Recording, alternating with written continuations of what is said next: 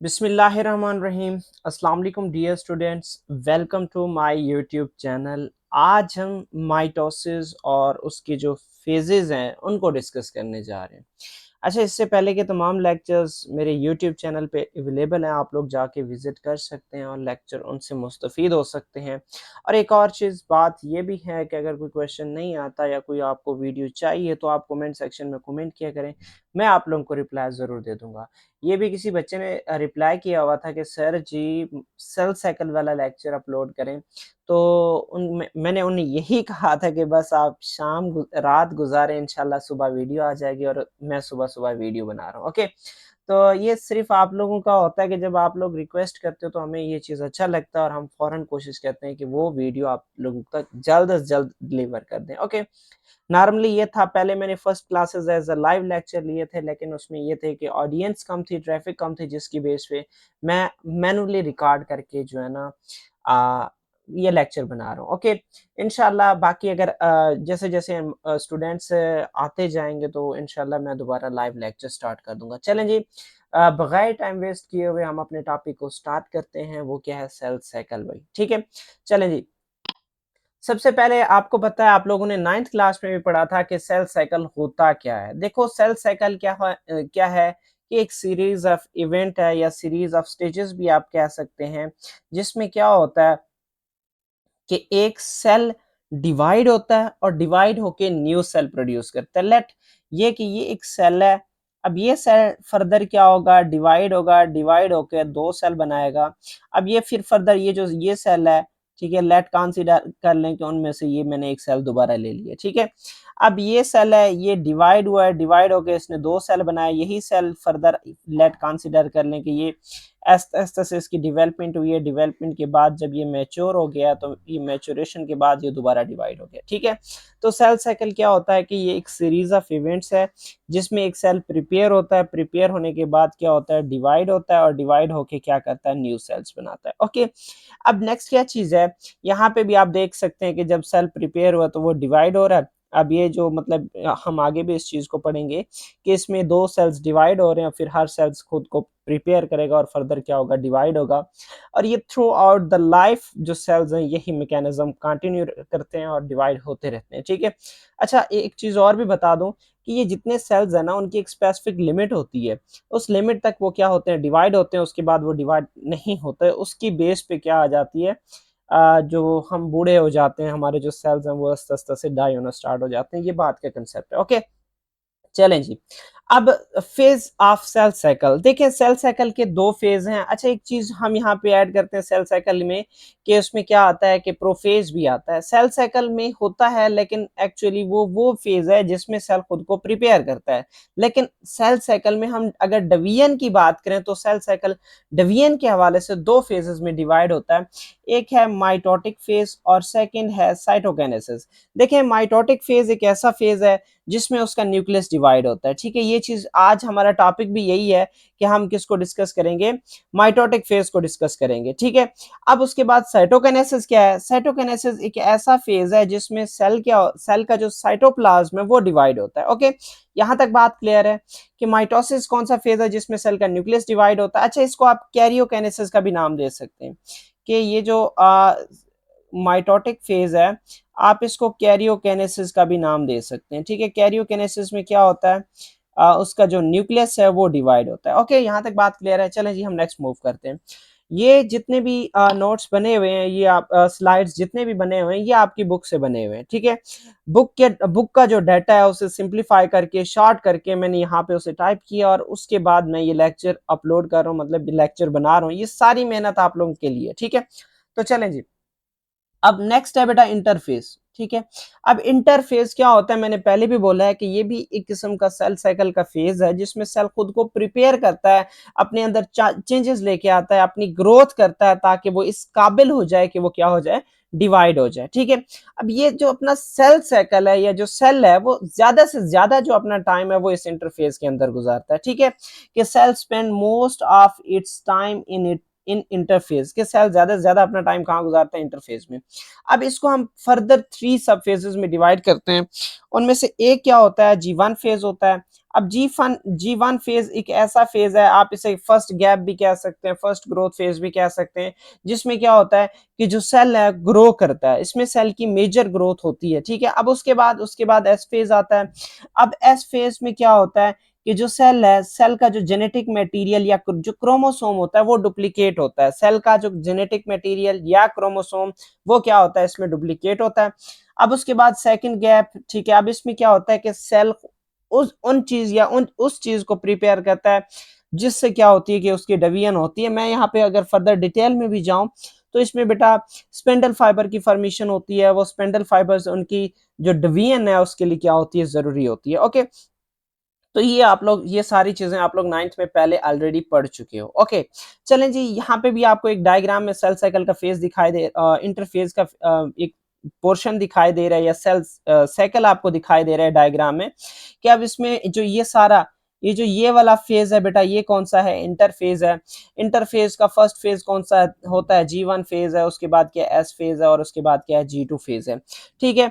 अब मैं यहाँ पे फर्दर डिटेल या डिस्क्रिप्शन नहीं दे रहा, क्योंकि आपकी बुक में इतना ही लिमिटेड है। अगर कहते हो तो मैं इसको थोड़ा सा फर्दर एक्सप्लेन कर दूंगा आने वाले वीडियोस में, ठीक है। अदरवाइज हम आगे चल रहे हैं। ओके, मुझे पता है कि ये सारी चीजें आप लोगों ने 9th में पढ़ी हैं और आपको छोटे बेसिक लेवल पे ये चीज आपको क्लियर है। ओके, चलें जी, हम अपना नेक्स्ट मूव करते हैं। चलें, यहाँ पे मैं आपको एक और चीज भी बता दूं कि यहाँ पे आपको यहाँ पे लिखा हुआ है G0 फेज। G0 फेज क्या है, ये सेल का रेस्ट फेज है, इसमें स्टॉपिंग फेज है, यहाँ पे सेल डिवाइड नहीं होता है, एक साइड पे चला जाता है। मतलब ये वो फर्दर ये कहता है कि यार मैं डिवाइड नहीं हो रहा है, ऐसे समझ ले कि जिद, हम अपने जबान में कहें कि उसने जिद पकड़ ली कि यार मैं नहीं डिवाइड हो रहा, इस वजह से वो साइड पे चला गया, और इस फेज को हम जी नॉट फेज कहते हैं। और ये सेल जो इंटरफेज है, ये इसका फेज नहीं है, ये एक कंडीशन है जिसमें सेल क्या होता है कि डिवाइड नहीं होता। ओके, अब नेक्स्ट क्या चीज है, चेक पॉइंट्स बेटा। देखिए, जब डिवीजन हो रही होती है, चीजें बन रही होती हैं, तो वहां पे सारी चीजें मॉनिटर हो रही होती हैं कि आया ये चीज बनी है या नहीं बनी, इससे अगले स्टेप में जाना है नहीं जाना। तो ये सारी चीजें क्या हो रही होती हैं, मॉनिटर्स हो रही होती हैं, सारी चीजें कंट्रोल हो रही होती हैं। तो इस वजह से इस चीज को हम किसका नाम देते हैं, सेल चेक पॉइंट्स। यहाँ पे क्या होता है, these are control mechanism that ensure the normal progression of the eukaryotic cell cycle. कि यूक्रियाट्स हैं वो डिवाइड हो रहे हैं, उसमें उन डिवीजन किस तरीके से हो रही है, क्या रेगुलर वे से हो रही है, इस चीज को कंट्रोल करने के लिए क्या मौजूद होते हैं बेटा, चेक पॉइंट्स मौजूद होते हैं। अब उस चेक पॉइंट्स में से फर्स्ट क्या है, G1 चेक पॉइंट। अब ये क्या करता है, occurs at the transition from G1 to S phase. मतलब ये उस वक्त या किस लोकेशन पे मौजूद होता है जहां पे जो सेल है जी वन फेज से जब सेल किस में मूव करता है, या सेल की जो डिवीजन है या उसकी जो प्रोग्रेशन है वो कहाँ मूव करती है, एस फेज की तरफ। यहाँ पे ये आपको इस जगह पे नजर आ रहा होगा, ठीक है। अब यहाँ पे क्या चेक किया जाता है, न्यूट्रिएंट्स चेक किए जाते हैं, ग्रोथ फैक्टर चेक किए जाते हैं, डीएनए ओके है कि नहीं है, माइटोकॉन्ड्रिया आपके ओके हैं कि नहीं है सेल के। इन सारी चीजों को कौन चेक कर रहा होता है, ये जी चेक पॉइंट 1 कर रहा होता है, ठीक है। अब उसके बाद अगर ठीक नहीं है, या सेल में कोई एबनॉर्मेलिटी है या कोई और चीज है, या सेल डिवाइड नहीं होना चाहता, तो वो फिर किस में चले जाता है, यहाँ से रेस्टिंग फेज में चला जाता है। अदरवाइज क्या होता है कि अगर इफ एवरीथिंग इज ओके, तो सेल किस की तरफ जाएगा, एस फेज की तरफ जाएगा बेटा। अब एस फेज में क्या होगा कि वो सारी चीजें मैं आप लोगों को बता चुका हूँ। एस फेज से फिर वो किस में चला जाता है, G2 फेज में चला जाता है, ठीक है। अब इसमें जो G2 फेज चेक पॉइंट है बेटा, G2 चेक फेज पॉइंट यहाँ पे भी आपको डायग्राम में शो हो रहा है। अब इसका क्या काम है कि ये चेक करता है कि जो सेल की साइज है वो ओके है, सेल की साइज ओके है, सारा कुछ ओके है, तो फिर क्या होगा, वो डिवीजन की तरफ जाएगा, अदरवाइज वो नहीं जाएगा। और इसी तरीके से बेटा डीएनए रेप्लिकेशन को चेक किया जाता है कि ये यहाँ पे भी मैंने पॉइंट्स में लिखा हुआ है, ये तो आपकी बुक का हिस्सा है, वहां पे लिखा हुआ था लेकिन वो डायग्राम में लिखा हुआ है, ठीक है। अब क्या कह रहे हैं कि ensure the proper DNA replication, वहां पे भी लिखा हुआ है कि डीएनए रेप्लिकेशन को चेक करता है माइटोसिस से पहले, कि अगर सारी चीजें ओके हैं तो सेल माइटोसिस की तरफ जाएगा, अदरवाइज उसमें फर्दर क्या आएंगे, चेंजेस आएंगे, ठीक है। मतलब ये को दोबारा उसकी ग्रोथ होगी, सारी चीजें प्रॉपर होंगी तो डिवीजन में जाएगा। अब उसके बाद एक और चेक पॉइंट भी होता है, वो है spindle check point. Spindle check point में ये चेक किया जाता है कि उसमें क्या क्रोमोसोम की प्रॉपर अलाइनमेंट हो रही है ड्यूरिंग माइटोसिस या नहीं हो रही। तो प्रॉपर क्रोमोसोम की अलाइनमेंट भी बेटा चेक की जाती है और वो किसके जरिए की जाती है, स्पेंडल चेक पॉइंट का नाम दिया जाता है इसे। यहाँ तक आई होप क्लियर है कि there are three types of check points, G1 check points, G2 check points और क्या है भाई, स्पेंडल चेक पॉइंट्स। अब इनका काम, फंक्शन, सारी चीजें मैंने आपको बता दी हैं, ठीक है। और ये स्पेंडल जो चेक पॉइंट है इसे मेटाफेज चेक पॉइंट भी कहते हैं। यहाँ पे क्रोमोसोम स्पेंडल फाइबर्स के साथ जब अटैच होते हैं तो उनके उस अटैचमेंट को चेक किया जाता है कि वो प्रॉपरली अटैच हुए कि नहीं हुए। चलें जी, अब हम अपने माइटोसिस की तरफ आते हैं, ठीक है भाई, सारा कुछ ओके है। अब सेल किसकी तरफ जा रहा है भाई, माइटोसिस की तरफ जा रहा है। अब माइटोसिस आपको पता है कि ये एक ऐसा फेज है सेल डिवीजन का जिसमें क्रोमोसोम्स क्या होती हैं, डुप्लीकेट होती हैं and distributed equally to the daughter cell. के नंबर ऑफ क्रोमोसोम डुप्लीकेट मतलब जितने हैं डबल हैं उतने रहेंगे और वो किस में डिवाइड हो जाएंगे, डॉटर सेल में। लेट ये कि एक सेल है जिसमें नंबर ऑफ क्रोमोसोम लेट 46 हैं, तो जो डॉटर सेल बनेंगे उनमें भी नंबर ऑफ क्रोमोसोम कितने होंगे, 46 होंगे। जितने पेरेंट्स में हैं उतने उसमें रहेंगे, ठीक है। हमारे बॉडी के तमाम सोमैटिक सेल्स, स्किन सेल्स जितने भी हैं उन सब में नंबर ऑफ क्रोमोसोम क्या होता है, 46 रहता है, ठीक है। अब ये 46 जितने हैं वो उनके इक्वली डॉटर सेल में क्या हो जाते हैं, डिस्ट्रीब्यूट हो जाते हैं, ठीक है। कि माइटोसिस एक ऐसा प्रोसीजर है जिसमें नंबर ऑफ क्रोमोसोम डुप्लीकेट होते हैं और इक्वली डिस्ट्रीब्यूट होते हैं, किसमें, डॉटर सेल में डिस्ट्रीब्यूट हो जाते हैं, ठीक है। अब जो वर्ड माइटोसिस है वो एक्चुअली ग्रीक वर्ड माइटोस से निकला है। उस माइटोस का मतलब क्या होता है कि थ्रेड, मतलब ये कि जो सेल डिवीजन है उस दौरान जो क्रोमोसोम की अपीयरेंस होती है वो थ्रेड लाइक होती है। यहाँ तक आई होप बात क्लियर हो गया होगा कि माइटोसिस ग्रीक वर्ड माइटोस से निकला है जिसका मतलब क्या है, थ्रेड। थ्रेड फर्दर क्या डिस्क्राइब करता है कि इस प्रोसेस के दौरान जो क्रोमोसोम हैं वो थ्रेड लाइक अपीयरेंस उनकी होती है, कि मतलब फाइबर्स लाइक उनके स्ट्रक्चर्स होते हैं, ओके। अब इस माइटोसिस को फिर फर्दर 4 फेजेस में डिवाइड किया जाता है। एक है प्रोफेज, मेटाफेज, एनाफेज, टेलोफेज। ये 4 फेज हैं जो किसके होते हैं, इस माइटोसिस को के होते हैं। अब आज हम इन्हीं 4 फेजेस को वन बाय वन डिस्कस करने जा रहे हैं, ओके। अब यहाँ पे सेल साइकिल का फर्स्ट फेज है प्रोफेज, ठीक है।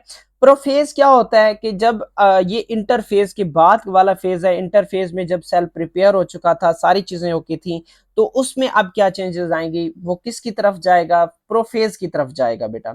अब प्रोफेज में क्या होगा कि इंटरफेज में जो उसके क्रोमेटिन पड़े हुए थे बेटा, ये लेट में ये कंसीडर कर लो, ये इसका न्यूक्लियस है। न्यूक्लियस के अंदर बेटा जो उसके क्रोमोसोम या जेनेटिक मटेरियल है वो ऐसे फाइबर्स की फॉर्मेट में मौजूद था, ठीक है। ये किस में था, इंटरफेज में था। अब इंटरफेज में से जब किसकी तरफ आएगा, प्रोफेज की तरफ आएगा, तो यही वाला जो क्रोमेटिन बेटा मटेरियल है, यहाँ पे मैं हाथ से लिख रहा हूँ इस वजह से थोड़ा ज्यादा लिखा जा रहा है, बड़ा लिखा जा रहा है, ठीक है। अब जो ये क्रोमेटिन मटेरियल है बेटा, ये कंडेंस होगा, fibres, chromatin fibres become coiled, मतलब क्वाइल्ड हो जाएंगी, कंडेंस हो जाएंगी और क्या बना देंगी, क्रोमोसोम बना देंगी, ठीक है। ये क्रोमेटिन मटेरियल इस फॉर्मेट में आ गया, ठीक है। क्रोमेटिन मटेरियल थे, थिन फाइबर लाइक स्ट्रक्चर थे, वो कंडेंस हुए, क्वाइल हुए और क्वाइल होके उन्होंने क्या बना दिए बेटा, क्रोमोसोम बना दिए। यहां तक ये फेज क्लियर है। आगे चलते हैं बेटा। अब ईच डुप्लीकेटेड क्रोमोसोम अपीयर्स। अब देखिए यहाँ पे जो क्रोमेटिन है ये एक्चुअली मिलकर क्या बनाती हैं, एक क्रोमोसोम बना देती हैं यूं, ओके। एक क्रोमोसोम यूं बना देती हैं, ये यहाँ पे मैंने आपको बना भी दी है, ठीक है। अब इसमें ये होता है कि two identical sister chromatids join together. बेटा देखें, जो थिन फाइबर्स थी उन थिन फाइबर से बनते हैं क्रोमेटिन। अब वो क्रोमेटिन एक्चुअली दो फिर सॉरी, जो थिन फाइबर्स क्रोमेटिड्स होती हैं वो बनाती हैं बेटा क्रोमेटिड्स। अब वो क्रोमेटिड्स फिर फर्दर ज्वाइन होके, दो क्रोमेटिड्स ज्वाइन होके एक क्रोमोसोम बनाते हैं। ये बात क्लियर है। क्रोमेटिड्स तो वैसे बहुत सारी होती हैं, दो क्रोमेटिन सॉरी जो वो क्रोमेटिन मिलकर क्या बनाती हैं, क्रोमेटिड बनाती हैं। क्रोमेटिन मिलकर क्या बनाती हैं, क्रोमेटिड बनाती हैं। और दो क्रोमेटिड मिलकर क्या बनाते हैं बेटा, एक क्रोमोसोम बनाती हैं। इसी वजह से कि two identical sister chromatids join to form, मतलब ये कि वो जो आइडेंटिकल का मतलब है सेम, उसमें जो जीन्स मौजूद होते हैं बेटा, दोनों क्रोमेटिड पे सिमिलर जीन मौजूद होते हैं, एक जैसे मौजूद होते हैं। ऐसे क्रोमोसोम को हम नाम देते हैं आइडेंटिकल क्रोमोसोम या आइडेंटिकल सिस्टर क्रोमेटिड्स, ठीक है। अब आइडेंटिकल सिस्टर क्रोमेटिड्स ज्वाइन होती हैं और ज्वाइन होकर क्या बना देते हैं बेटा, क्रोमोसोम बना देते हैं, ठीक है। अब जब ये सारा फेज होता है जब ये सारा फेज होता है तो इस फेज में क्या होगा कि चले मैं एक चीज में से रेज कर लेता हूँ, उसके बाद फिर मैं जो ना आगे चलूंगा। ठीक है, मैं इरेजर का इस्तेमाल कर, ठीक है, हाँ जी, अब मैं इसी चीज को दोबारा फर्दर समझाने की कोशिश करता हूँ ताकि क्लियरली मैं आपको एक्सप्लेन करूँ। ठीक है, अब नेक्स्ट फेज क्या है बेटा, nuclear membrane disappears. Okay okay okay okay, चलिए मैं पेन दोबारा सिलेक्ट कर लूँ, सॉरी, एक मिनट। हाँ जी, ठीक है। अब इसमें होगा यूं कि हाँ, अब फर्स्ट चीज तो ओके है। अब हम नेक्स्ट चीज डिस्कस करते हैं कि जो न्यूक्लियर मेम्ब्रेन है, सॉरी न्यूक्लियलाई, वो डिसअपियर हो जाता है।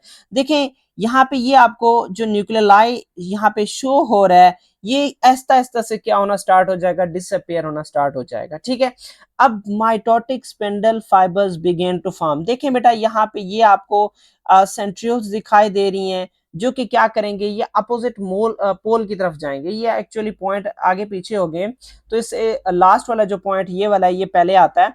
तो अब इसमें देखें कि ये जो बेटा सेंट्रोसोम या सेंट्रियोल्स हैं ये अपोजिट पोल की तरफ जाएंगे, मतलब अपोजिट साइड की तरफ जाएंगे। लेट यहाँ पे ये आ रहे हैं ऐसा ऐसा से, अब वहां पे जाएंगे तो ऐसा ऐसा से ये स्पेंडल फाइबर्स बनाने लग जाएंगे।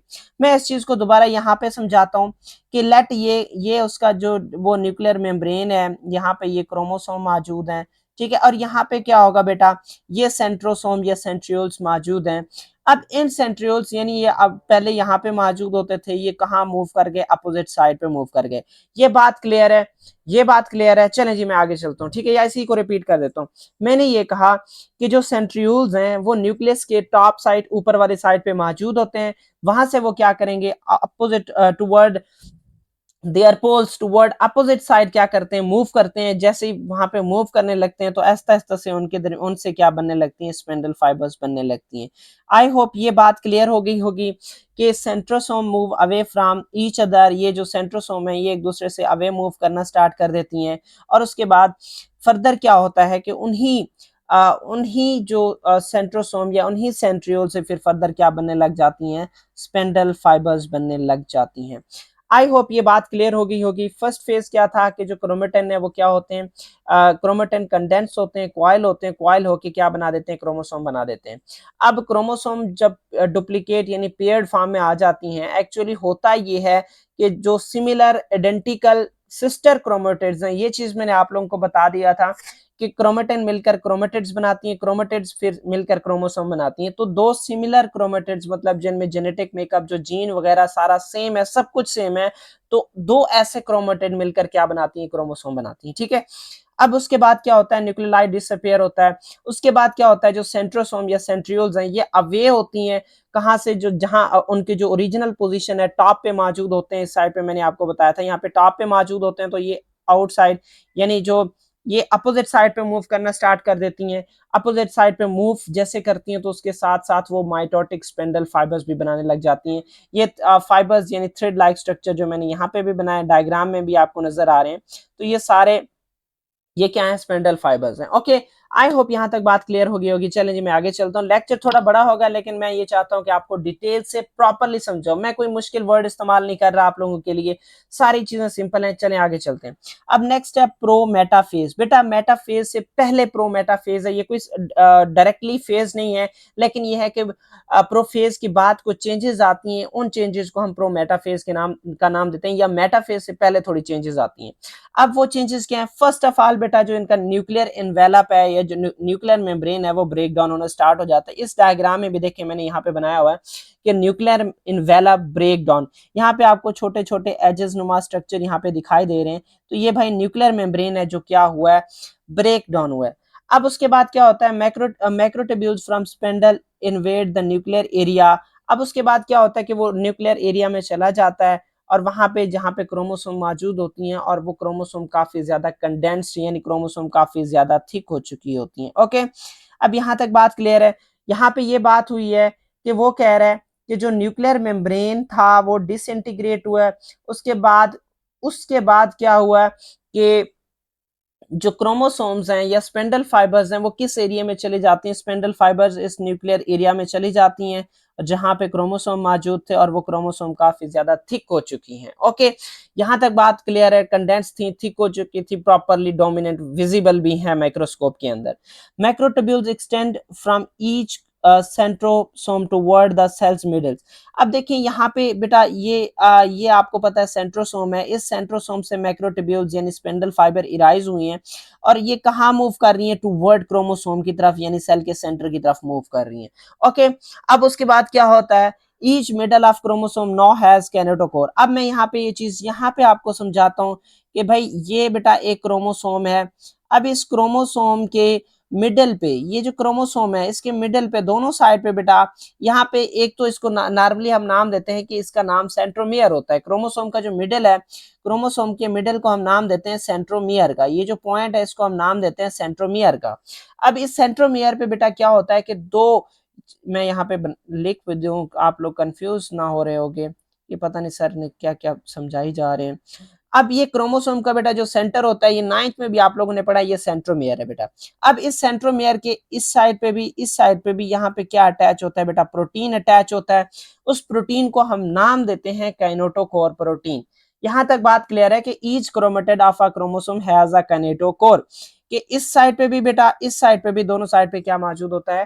काइनेटोकोर प्रोटीन मौजूद होता है। वेयर मैक्रोट्यूब्यूल्स आके अटैच यहाँ होती हैं। मैंने ये चीज भी आपको बना दी है कि ये मैक्रोट्यूब्यूल्स है, इस काइनेटोकोर प्रोटीन के साथ वो आके सेंट्रोमियर पर क्रोमोसोम के साथ अटैच होती हैं। ओके, अब बेटा कुछ नॉन कैनेटोकोर माइक्रोट्यूब्यूल्स भी होते हैं। बेटा नॉन कैनेटोकोर माइक्रोट्यूब्यूल्स वो माइक्रोट्यूब्यूल्स होते हैं जो डायरेक्टली साइड से गुजर जाती हैं। यहाँ पे आपको दिखाई दे रहा होगा कि यहाँ पे बहुत सारी ऐसे माइक्रोट्यूब्यूल्स हैं जो साइड से गुजर जाती हैं। मैं 1 मिनट ये से इरेज करके मैं दोबारा आप लोगों को जो ना नॉन कैनेटोकोर प्रोटीन समझा देता हूँ, ठीक है? कि देखिए बेटा, यहाँ पे ये स्पेंडल फाइबर्स हैं, कुछ यहाँ से क्या हो रही है कि बाहर बाहर से गुजर के चली गई हैं, तो ऐसो ऐसो को हम नाम देते हैं नॉन कैनेटोकोर माइक्रोट्यूब्यूल्स का नाम देते हैं। ओके, अब इंटरेक्ट विद दोज, और वही इस साइड पे भी आ रही होंगी, इस साइड पे भी आ रही होंगी, तो वो आपस में इंटरेक्ट करते हैं और कुछ नहीं होता। ठीक है, चलें जी आगे चलते हैं। अच्छा, यहां तक बात क्लियर है? अगर क्या मैं इसको 1 सेकंड 1 मिनट के अंदर अंदर रिवाइज करता हूँ फिर हम आगे चलते हैं। देखिए बेटा, आप लोगों ने इंटरफेस पढ़ा था। इंटरफेस में क्या पढ़ा था कि जो सेल है वो कंप्लीटली क्या हो जाता है? डेवलप हो जाता है, सारी चीजें ओके हो जाती हैं, अब वो डिवीजन के लिए रेडी है। उसका जेनेटिक मटेरियल भी सेम था, उसमें न्यूक्लियस भी मौजूद था, बाकी सारी सारी चीजें ओके हैं। उसके अंदर सेंट्रोसोम यानी पेयर ऑफ सेंट्रियोल्स भी मौजूद है, वो डुप्लीकेट हुआ था। अब प्रोफेज में हुआ क्यों? हुआ ये कि ये जो इसके पेयर ऑफ सेंट्रियोल्स हैं या सेंट्रोसोम है, ये अपोजिट मूव करने लग गई और वहां पे जाके उन्होंने क्या बनाने स्टार्ट कर दिए? स्पेंडल फाइबर बनाने स्टार्ट कर दिए। और सेकंड चीज ये भी हुआ कि जो क्रोमोसोम थे वो क्या हो गया? थिक हो गया, या क्रोमेटिन मटेरियल था वो थिक होके क्रोमेटिड बनाए, वो क्रोमेटिड फर्दर फिर क्या बना देते हैं? क्रोमोसोम बना देते हैं। अब एक क्रोमोसोम कितने क्रोमेटिड्स पर मुश्तमिल होता है बेटा? 2 क्रोमेटिड पर मुश्तमिल होता है। अब उन क्रोमोसोम के सेंटर पे जो पॉइंट होता है, उस पॉइंट को हम नाम देते हैं किसका? सेंट्रोमियर का नाम देते हैं। अब यहाँ पे एक वर्ड एस्टर यूज हुआ है। देखो बेटा, स्पेंडल फाइबर्स या माइटोटिक अपरेटस की थ्री टाइप्स होती हैं। कितनी टाइप्स होती हैं? 3 टाइप्स होती हैं। अब फर्स्ट तो ये है कि जो क्रोमोसोम के साथ अटैच हो रहे हैं। फर्स्ट क्या है? जो क्रोमोसोम के साथ अटैच हो रहे हैं, ये वाले। अब ऐसे स्पेंडल फाइबर्स को हम कैनेटोकोर स्पेंडल फाइबर का नाम देंगे। जो नहीं अटैच होते, ये बाहर बाहर से जो मौजूद हैं, ये यहाँ पे भी लिखा हुआ है, चाहे मैंने ऊपर मेंशन किया, नीचे भी लिखा हुआ है कि कैनेटोकोर मैक्रोट्यूब्यूल्स, ठीक है, कि ये कैनेटोकोर के साथ अटैच होने वाले स्पेंडल फाइबर्स होती हैं। अब उसके बाद कुछ ऐसे होते हैं जो नहीं अटैच होते, ये इसकी सेकंड टाइप है, वो है नॉन कैनेटोकोर मैक्रोट्यूब्यूल, ठीक है। और थर्ड क्या है? एस्टर्स है, जो away, they move away from the cell, और ये सेल की अपर साइड पे यानी कार्टेक्स की तरफ मूव करती हैं, ठीक है। ये मैं यहाँ पे दोबारा मेंशन करता हूँ कि there are 3 types of microtubules. इस चीज को आप लिख लें, there are 3 types of microtubule. First क्या होता है? Kinetochore microtubule. कैनेटोकोर मैक्रोट्यूब्यूल किसके साथ अटैच होते हैं? स्पेंडल फाइबर के साथ अटैच होते हैं, सॉरी, कैनेटोकोर प्रोटीन जो क्रोमोसोम के साथ मौजूद होता है उसके साथ जाके अटैच होते हैं। जो नॉन कैनेटोकोर माइक्रोट्यूब्यूल्स हैं वो बेटा आपस में कनेक्ट होती हैं, जो बाहर फ्री जो फ्री में जो एक्स्ट्रा स्पेंडल फाइबर्स होती हैं वो आपस में कनेक्ट होकर नॉन किनेटोकोर माइक्रोट्यूब्यूल्स बनाती हैं। और बेटा थर्ड क्या होती हैं, एस्टर्स होती हैं। एस्टर्स क्या होती हैं कि ये cell outer toward the cell cortex, cell के आउटर साइड पे क्या करती हैं, ये मूव करती हैं। ओके, यहाँ तक ये बात क्लियर है। ओके है, तो चलें जी मैं आगे चलता हूँ। प्रो मेटाफेज का भी कंसेप्ट चले मैं रिपीट कर देता हूँ कि प्रो मेटाफेज में क्या हुआ था। ये तो ओके है ना कि यहाँ पे 3-4 चीजें हुई थी, मैंने 3-4 चीजें वहां पे लिखवा भी दी थी आपको कि फर्स्ट क्या हुआ था। चले फिर रिपीट हो रहा है, चले कोई मसला नहीं, मैं चाहता हूँ कि आप लोगों को अच्छे से तैयार हो जाए। फर्स्ट ये है कि क्रोमेटिन कंडेंस हुई हैं, क्वाइल हुई हैं, क्वाइल होकर क्रोमेटिड्स बना दिए, क्रोमेटिड्स फिर फर्दर मिलकर क्रोमोसोम बनाते हैं। सेकंड पॉइंट ये था कि स्पेंडल फाइबर्स राइज हुई हैं। स्पेंडल फाइबर्स कहाँ मूव करती हैं, टुवर्ड द सेल के सेंटर की तरफ मूव करती हैं, जहां वहां वहां पे जाके ये क्रोमोसोम के साथ अटैच होने की कोशिश करती है, मतलब स्पेंडल फाइबर इराइज होती हैं। ये सेकंड। थर्ड पॉइंट ये था कि जो बेटा स्पेंडल फाइबर इराइज कहाँ से हुए थे, ये सेंट्रियोल से राइज हुए थे। ये सेंट्रियोल्स फिर कहाँ मूव करती हैं, मतलब कि उन सेंट्रियोल्स से मतलब यही स्पेंडल फाइबर इराइज होते हैं। ठीक है, ये 3 पॉइंट्स थे। ओके, अब नेक्स्ट क्या चीज है, नेक्स्ट ये चीज है कि फर्दर क्या होगा, जो प्रो मेटाफेज है उसमें जो प्रो मेटाफेज में क्या होगा कि बेटा जो न्यूक्लियर मेम्ब्रेन है वो क्या हुआ, डिसअपियर हुआ। अच्छा, न्यूक्लियोलाई जो ना यहाँ पे डिसअपियर हुआ था। न्यूक्लियोलाई किसमें, प्रोफेज में डिसअपियर हुआ था। न्यूक्लियर मेम्ब्रेन कहाँ पे डिसअपियर हो रहा है कि ये फ्रेगमेंट्स ऑफ न्यूक्लियर मेम्ब्रेन ये प्रोमेटाफेज में हो रहा है बेटा। अब तीन चीजें गौर कर लें, तीन चीजें ही कह लें कि फर्स्ट तो बेटा न्यूक्लियर मेम्ब्रेन डिसअपियर हुआ है। सेकंड क्या चीज हुआ है बेटा कि जो सेंट्रियोल्स सेंट्रियोल्स हैं वो प्योर अपोजिट फॉर्मेट में आ गई हैं, दोनों एक दूसरे के अपोजिट हैं। और जो स्पेंडल फाइबर्स हैं वो स्पेंडल फाइबर्स जाके किसके साथ अटैच होंगे, कैनेटोकोर के साथ अटैच होंगे। ओके, यहां तक बात क्लियर है। चले मैं आगे चलता हूँ। ठीक है, अब थर्ड इसका जो फेज है वो है मेटाफेज बेटा। मेटाफेज क्या है कि ये लॉन्गेस्ट स्टेज ऑफ माइटोसिस है और ये कितने टाइम तक रहता है, 20 मिनट तक रहता है। अब centrosomes are at the opposite, ये चीज मैं पहले भी बता चुका हूँ, पिछले डायग्राम में मैंने बताया था कि सेंट्रोसोम्स बिल्कुल एक दूसरे के अपोजिट आ जाती हैं। कैनेटोकोर्स फर्दर क्या किसके साथ अटैच हो जाती हैं, जो क्रोमेटिड्स के साथ अटैच हो जाती हैं। ठीक है, यहाँ तक बात क्लियर है। यहाँ तक बात क्लियर है कि कैनेटोकोर सिस्टर क्रोमेटिड्स के साथ अटैच हो जाती हैं। और फिर फर्दर क्या होता है कि ये लेट, यहाँ पे भी मैं बात करता हूँ कि ये देखें ये कैनेटोकोर फाइबर है, इस तरफ से भी कैनेटोकोर फाइबर है, ये दोनों कैनेटोकोर प्रोटीन मॉलिक्यूल जो क्रोमोसोम का होता है वहां पे आके अटैच हो जाते हैं। ये बात समझ में आई है कि kinetochores of sister chromatids attach microtubules from the opposite side, कि ये क्रोमोसोम है। अब इस क्रोमोसोम पे ये कैनेटोकोर मौजूद है, तो दोनों साइड यानी जो अपोजिट साइड है वहां से आने वाले माइक्रोट्यूब्यूल्स को यहाँ पे अटैच करवाता है। ओके, चलें आगे चलते हैं कि chromosomes align on the metaphase plate, कि मेटाफेज प्लेट ये बेटा एक किस्म की प्लेट बन गई है, एक ही सिंगल लाइन में सारे क्रोमोसोम लाई कर रहे हैं और सारे के सारे किसके साथ कनेक्टेड हैं, माइक्रोट्यूब्यूल्स के साथ बेटा कनेक्टेड हैं। An imaginary plane equidistant between the spindle poles, ठीक है, स्पेंडल पोल्स के दोनों साइड बेटा इस साइड से भी डिस्टेंस इक्वल होता है, इस साइड से भी डिस्टेंस इक्वल होता है, तो सेंटर में एक इमेजिनरी लाइन बन जाती है। ठीक है, इस प्लेट को हम किसका नाम देते हैं, मेटाफेज प्लेट का नाम देते हैं। चलें जी, हम नेक्स्ट मूव करते हैं। यहाँ पे सारी चीजें वही लिखी हुई हैं जो लास्ट टाइम डिस्क्राइब कर चुके हैं, फर्दर इतनी ज्यादा डिस्क्रिप्शन की जरूरत नहीं है। अब उसके बाद बेटा नेक्स्ट एनाफेज है। एनाफेज क्या होता है कि शॉर्टेस्ट स्टेज ऑफ माइटोसिस है। मैंने एक एक चीज पहले लेक्चर में भी कहा था कि मैं जो भी मतलब बोल्ड पॉइंट कर रहा हूँ दैट इज वेरी इंपॉर्टेंट। ठीक है, बाकी आप लोग जो ना स्किप भी कर सकते हो, कोई मसला नहीं है। मेन मेन पॉइंट्स आप लिख सकते हैं अपने रजिस्टर में, अपने नोट्स बना सकते हैं। कि एनाफेज क्या है बेटा, शॉर्टेस्ट स्टेज ऑफ माइटोसिस है जो कि वेरी फ्यू मिनट्स के लिए रहता है, 1-2 मिनट 3 मिनट के लिए रहता है। अब इसमें क्या होता है बेटा, अब एनाफेज में जो सिस्टर क्रोमेटिड्स हैं वो सेपरेट होंगे और अपने अपोजिट पोल की तरफ जाएंगे। बेटा ये देखें यहाँ पे से पहले सेंटर में मौजूद थे। अब हुआ यूं कि जो सिस्टर क्रोमेटिड्स, एक क्रोमोसोम था बेटा, एक क्रोमोसोम था, उस एक क्रोमोसोम में दो सिस्टर क्रोमेटिड्स थी बेटा। अब आधा इधर चला जाएगा, आधा इधर चला जाएगा, तो यहाँ से ये हाफ इधर आ गए बेटा, हाफ इधर आ गए। तो इस तरीके से जो उसके सिस्टर क्रोमेटिड्स थे वो एक दूसरे से सेपरेट हो गए और अपोजिट पोल की तरफ मूव करना स्टार्ट कर दिए। अब मूव कैसे करेंगे बेटा, होता ये है कि जितने भी कैनेटोकोर प्रोटीन या नॉन कैनेटोकोर प्रोटीन जो माइक्रोट्यूब्यूल्स थे बेटा, वो शार्ट होते हैं, कंडेंस होते हैं। कंडेंस होते हैं कि किसकी तरफ मूव करते हैं, वापस चलते हैं अपने सेंट्रियोल की तरफ, यहाँ से ये वापस अपोजिट पोल की तरफ अपने जो रिस्पेक्टिव पोल है उसकी तरफ क्या करने लग जाते हैं, ये वापस मूव करने लग जाते हैं। क्या आप कह सकते हो कि spindle fibres are shorten and move toward their own pole, ठीक है, अपने पोल की तरफ मूव करना स्टार्ट कर देते हैं, ठीक है। By the end of anaphase each of the cell has equivalent and complete set of chromosome. बेटा जैसे इस सेल ये जो एनाफेज कंप्लीट होता है तो जितने क्रोमोसोम इस या क्रोमेटिन मटेरियल यहाँ पे मौजूद होता है बेटा उतना ही यहाँ पे मौजूद होता है। कोई फर्क नहीं है कि एक साइड पे ज्यादा है या दूसरे साइड पे ज्यादा है, नहीं, दोनों साइड पे क्या होते हैं बेटा, इक्वल अमाउंट ऑफ क्रोमेटिड्स या क्रोमोसोम मौजूद होते हैं। क्योंकि एक चीज मैं आपको बता दूं कि यहाँ पे जो एक सिंगल क्रोमेटिड है ना बेटा, उसमें वो तमाम एट्रीब्यूट्स मौजूद होती हैं जो इसके सामने वाले दूसरे में मौजूद होती हैं। तो मतलब आप कह सकते हो कि these are fully fledged chromosome. मैंने यहाँ पे एक वर्ड यूज किया है कि फुली बेटा फ्लैज्ड।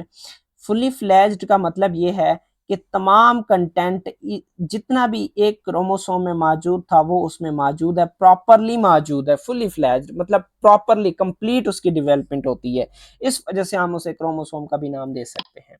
ओके बेटा, नेक्स्ट ये है कि टेलोफेज। बेटा टेलोफेज उस डिवीजन को कहते हैं जिसमें जो सेल है उसकी पेंचिंग होती है और एक कंप्लीट सेट एक साइड पे हो जाता है सारे। It is opposite to the बेटा प्रोफेज। ये प्रोफेज की क्या होता है, अपोजिट होता है। जो चीजें प्रोफेज में होती हैं उसके अपोजिट अगेंस्ट क्या होती हैं, यहाँ पे हो रही होती हैं, ठीक है। मैं यहाँ पे लिख रहा हूँ कि it is opposite to the prophase, ठीक है। ये प्रोफेज की क्या होता है, बिल्कुल बेटा अपोजिट होता है। जो चेंजेस प्रोफेज में होती हैं उसके अगेंस्ट क्या होती हैं, यहाँ पे होती हैं। ओके, अब two daughter nuclei form in the cell. दो डाटर न्यूक्लियाई सेल के अंदर बन जाते हैं, एक ये वाला बेटा, एक ये वाला। अब the nuclear envelope arise from the fragments of parent cells nuclear envelope and portion. अब इसमें वो कह रहे हैं कि दोबारा ये जो जो पोर्शन वहां पे बिखरे पड़े थे वहां से दोबारा क्या होगा कि एक न्यू न्यूक्लियर इन्वेलप बनने लग जाएगी बेटा, ठीक है। और उसके बाद क्या है, क्रोमोसोम बिकम्स लेस कंडेंट। अब जो क्रोमोसोम यहाँ पे जो क्रोमेटिन्स थी वो दोबारा बेटा क्या होंगे, अनकॉइल होंगे, दोबारा फाइबर्स थ्रेड लाइक स्ट्रक्चर में आ जाएंगे। Mitosis is complete when one of the nucleus into two identical nuclei में। मतलब ये कि एक माइटोसिस उस वक्त कंप्लीट हो जाता है जब एक न्यूक्लियस की डिवीजन कंप्लीटली हो जाती है किसमें, टू आइडेंटिकल न्यूक्लियाई में। मैंने ये कहा है, मैंने ये बात की है बेटा, माइटोसिस उस वक्त कंप्लीट हो जाता है जब एक न्यूक्लियस दो डाटर न्यूक्लियाई में या दो आइडेंटिकल न्यूक्लियाई में कंप्लीटली कन्वर्ट हो जाता है। यहाँ पे आके माइटोसिस का काम खत्म हो जाता है। इसके बाद क्या आता है, साइटोकाइनेसिस। मेरे ख्याल से मैंने उसका नहीं बनाया तो मैं वो नेक्स्ट वीडियो में बता दूंगा। ये फर्स्ट थ्री फेज का मैंने आपको बताया था, ये लास्ट वाले थ्री फेज हैं। मैं इसका आपको जनरल ओवरव्यू समरी दे के मैं इसको एंड करता हूँ, ठीक है बेटा। मेटाफेज की बात की थी बेटा हमने। मेटाफेज में क्या होता है कि जो क्रोमोसोम है वो सेंटर में आ जाते हैं बेटा, और यहाँ पे क्या होता है कि उनके जो माइक्रोट्यूब्यूल्स या स्पेंडल फाइबर्स हैं वो बेटा यहाँ पे आके किनेटोकोर प्रोटीन के साथ अटैच हो जाती हैं। यहाँ तक बात क्लियर है, और एक प्लेट नुमा स्ट्रक्चर बन जाता है जिसको हम मेटाफेज प्लेट कहते हैं। अब डाटा सारा लिखा हुआ है, आप वही डाटा उठा के अपने नोट्स बना सकते हैं, वही आप उनको स्क्रीनशॉट बना के भी आप लिख सकते हैं, वो आप पे डिपेंड करता है। अब मेटाफेज के बाद क्या आता है बेटा, एनाफेज आता है। एनाफेज में ये जो सिस्टर क्रोमेटिड्स हैं बेटा वो सेपरेट हो जाती हैं, हाफ हाफ इधर चले जाते हैं, हाफ उधर चले जाते हैं, और those are completely identical to each other, these are fully fledged chromosome कि सारा जेनेटिक मटेरियल बेटा उनमें मौजूद होता है। अब उसके बाद फिर टेलोफेज होता है। टेलोफेज में क्या होता है कि जब कंप्लीट डेवलपमेंट हो जाती है तो जो क्रोमोसोम्स होते हैं वो अपने अपोजिट साइड की तरफ चले जाते हैं और वहाँ पे जाके न्यूक्लियर मेम्ब्रेन डेवलप करते हैं। फिर आस्ते आस्ते से उनमें जो न्यूक्लियस है उसकी भी डेवलपमेंट स्टार्ट हो जाती है। और एंड फेज किसका होता है, फिर टेलोफेज का होता है। इंशाल्लाह हम उसे नेक्स्ट वीडियो में डिस्कस करेंगे। ओके, यहाँ तक था हमारा लेक्चर। अगर आप लोगों को कोई चीज़ समझ ना आई हो तो आप लोग मुझसे कांटेक्ट कर सकते हो, मैसेज कर सकते हो। स्लाइड्स में मेरा नंबर भी दिया हुआ है, मेरा ईमेल भी दिया हुआ है। Everything is available for you, तो आप लोग मुझसे कांटेक्ट कर सकते हो। इवन कोई और चीज़ हो, नोट्स के लिए, क्लासेस के लिए, टेस्ट के लिए, तो आप लोग मुझे कांटेक्ट कर सकते हो। मैं आपका छोटा भाई, बड़ा भाई, आपकी खिदमत के लिए हाजिर हूँ। इंशाल्लाह मिलते हैं नेक्स्ट वीडियो में, तब तक इजाज़त चाहता हूँ। ओके, अल्लाह हाफिज़।